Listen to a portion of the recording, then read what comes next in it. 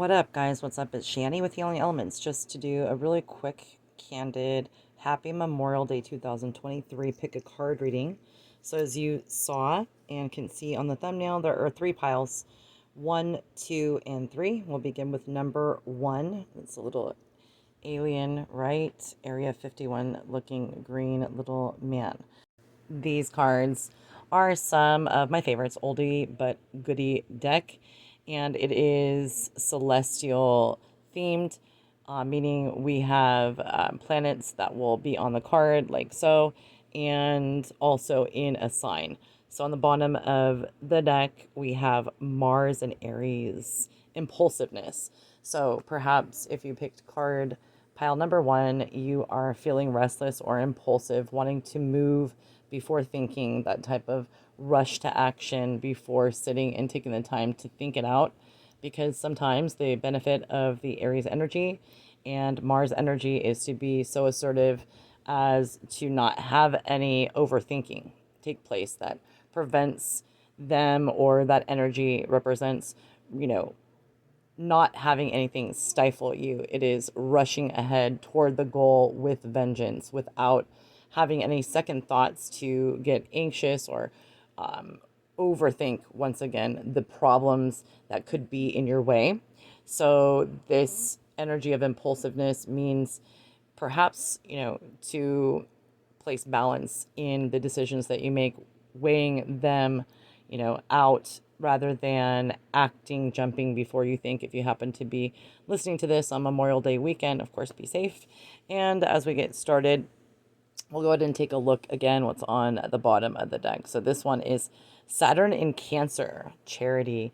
Beautiful. So Saturn is the ruler of Capricorn. It talks about authoritative father figure, ability to have abundance of wealth from hard work and dedication and being a senior master in their craft. And so being able to give charity perhaps is your position. Maybe you are giving out a lot of your time to volunteer, or maybe you're giving a lot of your home, your love, your space, your food, your, joy, your vibes to others this weekend. And here, two fell out. We'll get one more and read what we have here for pile number one, guys. I hope you are having a good Memorial Day start to the summer already, which is crazy, 2023. And I wish you guys nothing but love as we work through everything. And I'm trying to get online more as we move on. Here is Moon in Virgo, talking about order, law and order, right? Things, if you notice on this card, are very, strategically patterned. It is even, everything is perfect. Virgos represent perfection and order, meticulousness, having things cleanly and organized. It's a very powerful energy when we talk about moons. The moon is emotional representation. So the message for you could be to check your ability to put things organized in order, prioritize, maybe not be impulsive regarding things that you need to have done before, in a row, ducks in a row, so to speak. And here we have, again, the same card that came up. So, charity, Saturn in Cancer. Perhaps you are being leaned on too heavily. Maybe you're having an impulsive decision to take a whole bunch of people on vacation or do something that is of your nature, but perhaps people are taking advantage, is the message I'm intuitively getting. Or, maybe it's just a celebration of the fact that you did have your ducks in a row. You weren't impulsive, you waited for it, and now you have the charity, you have the abundance to share with other people. And the next card is Moon in Taurus, talking about exaltation. So the peak of one's happiness has been achieved. I think for card number one, this is telling you that you have worked hard. I think that it is, a warning to be possibly weary of, celebrating too hard, going too heavy, because you've worked hard in order to have some charity, some abundance, some wealth, some love, some time and food and everything else to share with others. So this is a great time for you. I think this is a celebration and you're able to share what you have with others. And with everything in life, I think the key to this message for you, one of the messages, is just to make sure that you do everything in abundance and everything in moderation that needs to be appropriately had or done, if that makes sense. So here we go, card number 2, card pile number 2. It is the symbol of the pineapple, if that means anything to you. If you picked this pile number 2 for any reason, the pineapple there, it lights up. It can symbolize, of course, something fresh, something that is hidden within inside of you, because pineapples don't, of course, look as sweet as they are. It's definitely a forbidden fruit type of energy. If I'm reading this right for pile number 2, this is something of you always remains mysterious. You know, you may be prickly on the outside, but inside juicy, sweet, and it's a mystery for those brave enough to crack into, is what I got. So this is pile number 2, the reading for Memorial Day weekend, and here on the bottom, this keeps on coming up time after time. This card is the King of Swords, along with also the Emperor keeps on coming up. So very strong, powerful presence. I think that you may come up, a King of Swords can be abrasive. It can be very, assertive in an edgy way. Whereas to, just like the pineapple analogy, you can come across bitter or looking, spiky or looking very, very, sharp tongued, but on the inside, if you get to know the true version, I'm watching this movie, it's hilarious, called Dirty Grandpa. It reminds me of that. Sometimes the people who are the most, sarcastic or playful or kind of mischievously mean in a way, that's their personality. Their funny personality comes through to show you that they are, of course, an individual that has little snarky tendencies, but when you get to know these people, sometimes they're the biggest cheerleaders in your life, the most loyal. Like I said, the energy is coming through strong with swords represents air signs. I think of Aquarius in that regard.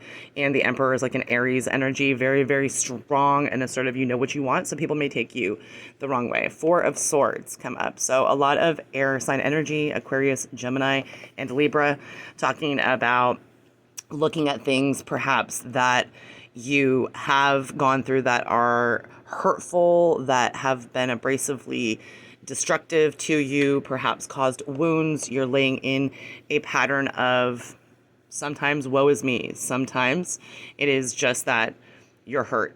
And of course, here we go. Unbelievable. The Emperor came up again. The Emperor came up again. So it was on the bottom of your deck and then also came up in your reading. So something of an authoritative nature. Maybe you have been so assertive and authoritative in some regard in your life that people have mistaken you, is really what I'm getting with this reading.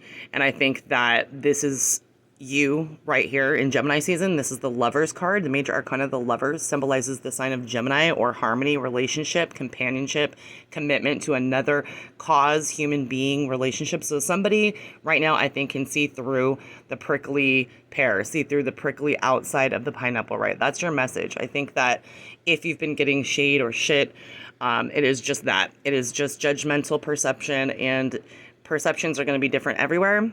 And you guys are amazing, and I send you nothing but love, because sometimes you have to have a tough exterior, right? Even if you are, like we all are in some degree, sensitive on the inside and sweet on the inside. Sometimes the warrior spirit has to come through. So that was pile number 3. Pile number 2. Here we go with pile number 3. Number 3 this is actually from the Nutcracker. It's an ornament. My grandma gave it to me, so I put it on my altar now that she passed. May she rest in peace. Lovely Aquarius energy. And this, we are busting out some oldies but goodies. This is the Fairy Tale Oracle cards. Oops. There's my Rick and Morty UFO little USB light. I love it. Shout out to my son, Marcus, who showed me that show long ago, Leo. In any case, we're busting out the Fairy Tale Oracle cards. Had these, I think, the longest. This is one of my oldest decks. I love it. Haven't busted this out in a long time. Each one of them actually has a fairy tale that corresponds in the book, and it's very metaphorical, of course, just like the hero's journey. When we see each other and we can put ourselves in a reflective place in, inserting ourselves metaphorically or, analytically inside a story, right? Then we can see reflection and similarities. So let's get going with your reading. We'll pull as many cards wants to come out. The Fairy Tale Oracle has a lot of different stories by different authors throughout, there we go. We'll take those throughout history. So there's going to be like the Brothers Grimm stories in here. You'll see stories familiar and sometimes maybe not familiar, but in any case, they have themes on each card, which corresponds. Excuse me. We have 5 cards that came out, so we'll get 5 themes and see what we can cohesively piece together for pile number 3 for Memorial Day. It's a fairy tale oracle deck, which I absolutely love. Again, one of my classic go-tos, one of the first ones I got. So the first name that could be coming up for you folks, pile number 3, this is the number 39, the Wood Maiden, all about trust issues, having your trust betrayed, having a reluctance to trust others in the future based on your experiences with trust in the past, and knowing that there are certain people who trust and you can trust, right? And the second one is going to be the Children of Lear, number 37, your voice. So if your throat chakra has been blocked, i.e., if you have not been using your voice and expressing exactly what is in your heart space and exactly what your intentions are, what you expect, what your boundaries are, now is the time to trust that these feelings and these expressions that want to come out through your voice are authentic, are legitimate, and need to be expressed. So the next one we have, number 29, the Rose Elf revelations. So you have gotten some pretty profound revelations, as we all are having, I think, especially I want to say the Scorpio eclipse full moon on the 5th. I think pile number 3, you can relate to this. Revelations came that were quite shocking and that are, getting you to express what you've been revealed. So the juniper tree is about deception. The next card is 34. So you've perhaps had some revelations about people who've deceived you in the past. Maybe you've been deceiving yourself based on a thought process of whom you should trust and whom you should not, right? And some voice came to you. Maybe it was the voice of another. Maybe it was the voice of your higher self. And this is magic. Number 9, to leave off with Cinderella, talking about changes can be profound, and you can be in a position like Cinderella was in a servitude role and come out on the other end magical and changing, transforming, just like, again, I'll mention the Scorpio full moon eclipse on the 5th of May, all about transformational 8th house, processing, building, something for a long time, having it sustained, but then knowing when it's time to burn it down to the ground and build something up like the tower represents in tarot, right? So you guys, pile number 3, love you guys. Keep on speaking your truth, and let's get some dice. These have signs and numbers on them, so we'll take a look. And the first one we got, guys, it's hard to see, but number 3, 12, and the sign of Pisces. So the 12th house is Pisces. Pisces represents the 2 fish of water, emotional energy, and Gemini is 2 twins, 2 fish and 2 twins. This is Gemini season, you guys. Blessings, love, and light.